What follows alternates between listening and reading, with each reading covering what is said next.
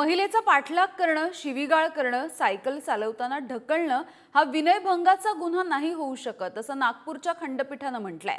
नागपूर खंडपीठानं विनयभंगाच्या एका प्रकरणामध्ये निकाल देताना हे निरीक्षण नोंदवल्याचं समोर येत आहे। वर्ध्याच्या विद्यार्थिनीनं एका तरुणाच्या विरोधामध्ये विनयभंगाची तक्रार दाखल केलेली होती।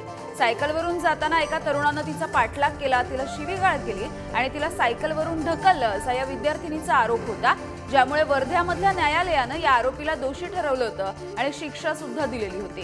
सायकलवर असताना आरोपीने धक्का दिला, याला तक्रारदाराच्या शालीनतेला धक्का पोहोचवणारं कृत्य म्हणता येणार नाही।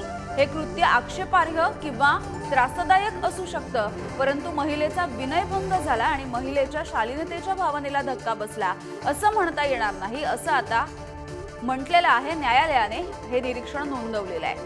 वर्ध्याच्या या प्रकरणी न्यायालयाने आरोपीची IPC 354च्या गुन्ह्यामधून निर्दोष अशी मुक्तता केलेली बघायला मिळते आहे।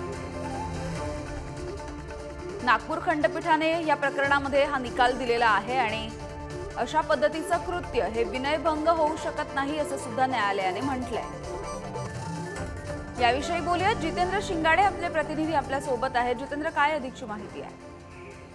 यामिनी, हे एक वर्धेचं प्रकरण होतं। एका महाविद्यालयीन तरुणीचा सायकलवरून एक तरुण पाठलाग करायचा आणि त्याने शिवीगाळ करून तिला ढकलले। या प्रकरणी पोलिसांनी गुन्हा दाखल केलेला होता आणि त्यानंतर वर्धेच्या न्यायालयाने त्याला शिक्षा सुनावलेली होती 354 अंतर्गत विनयभंगाच्या गुन्ह्यात। मात्र त्या शिक्षेविरोधात तो तरुण हायकोर्टात गेला होता आणि हायकोर्टाने एक निरीक्षण केलेलं आहे की शिवीगाळ करणे, पाठलाग करणे आणि सायकलवरून ढकलणे हा महिलेच्या शालीनतेला हे नाही होत, त्याच्यामुळे हा विनयभंगाचा गुन्हा होऊ शकत नाही आणि असं निरीक्षण करत या गुन्ह्यातून त्या तरुणाला निर्दोष मुक्तता केलेली आहे। यामिनी, अगदी धन्यवाद या सगळ्या माहितीसाठी।